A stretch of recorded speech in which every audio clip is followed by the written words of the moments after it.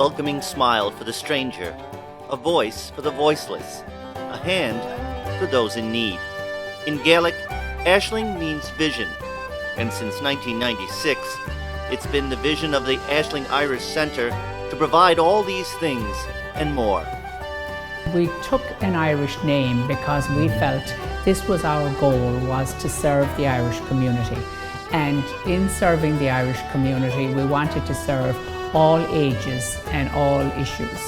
When young people come out here from Ireland, and they may know people or they may not know people, but they can always come here. Even though today we are in a very modern world as opposed to the days when I came here, it's still very important. We have very, very knowledgeable people, trained people, certified people that can sit and make the right decisions for them. If you left a parish like where I'm from in Ireland, and then you land yourself in New York City, where do you go? If you don't have a cousin or an uncle or an aunt or a neighbour here, who do you go to? You go to the Aisling Centre. They're there for everyone. So they do tremendous work. They do tremendous work for the Irish people. They are a nucleus that tie the Irish community together here in New York. When I moved in with guys, and I moved into a house just off McLean Avenue here, the guy said to me, look, it's really your first port of call. Just call into the Aisling Centre first off and see what they have going work-wise, or just anything. They'll, their contacts, they'll get you up on your feet to start with.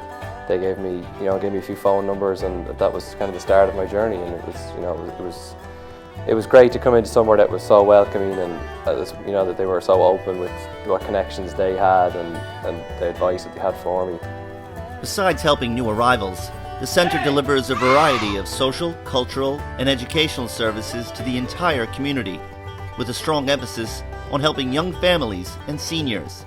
It's a centre where everybody can come, everybody can find things to do, and you're always going to find a happy face. And you're always going to find somebody who'll be good to you and nice to you and kind to you. We learn from each other. You think you might have a problem, you come in and you're feeling down perhaps, but then you listen to somebody else's story and you realize, I don't have it that bad. And you'll grow if you come here, because you'll learn things and you'll just become a better person.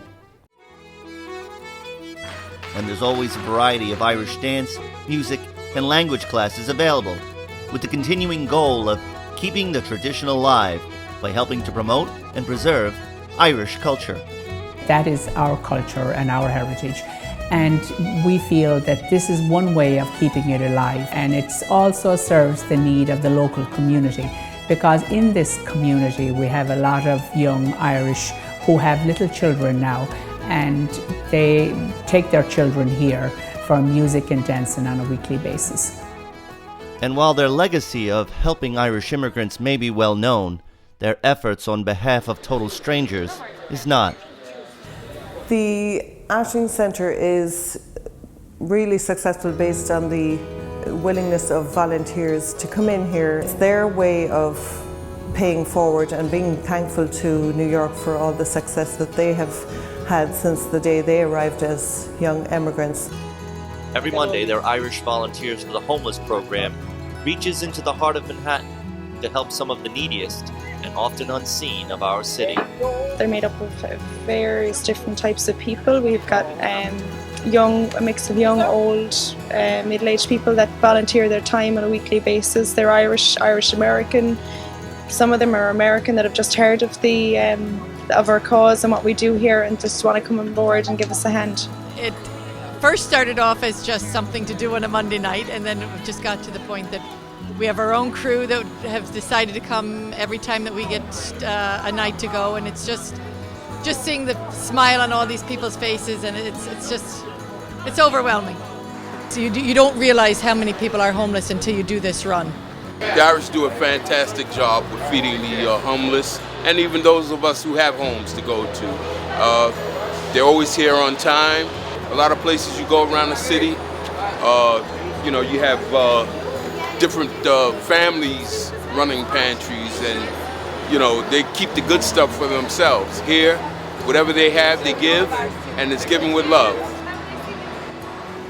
When Hurricane Sandy struck, the Aisling Centre immediately organized relief efforts and opened a pipeline of aid to the Rockaways.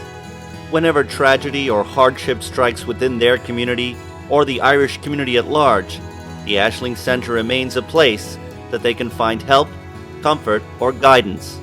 Well, the Ashling Center and the community and all the people around the neighborhood, it's a great way to help all of our neighbors. We weren't affected the way they were. It's nice to know that you can help your own neighbors. We don't, you donate money and it goes wherever, and 90% of it is to administration, and we know this is all going directly to the people that need it. It really is our responsibility to help people in such difficult times. I would say a lot of what we do is being the voice in between those who can help and those who need help. And really, without the kindness of people in the community, both business people and people living in the neighbourhood, a lot of what we do and what we give people in times of need couldn't be done without their kindness. The Ashling Center is currently expanding their services and their home, and you can help. Attend one of their notable fundraisers. Purchase a copy of their ever-popular book and DVD, Memory Brings Us Back, Irish Stories of Farewells and Fortunes, or simply make a tax-deductible contribution. Go to www.ashlingcenter.org and help keep both the tradition and vision alive.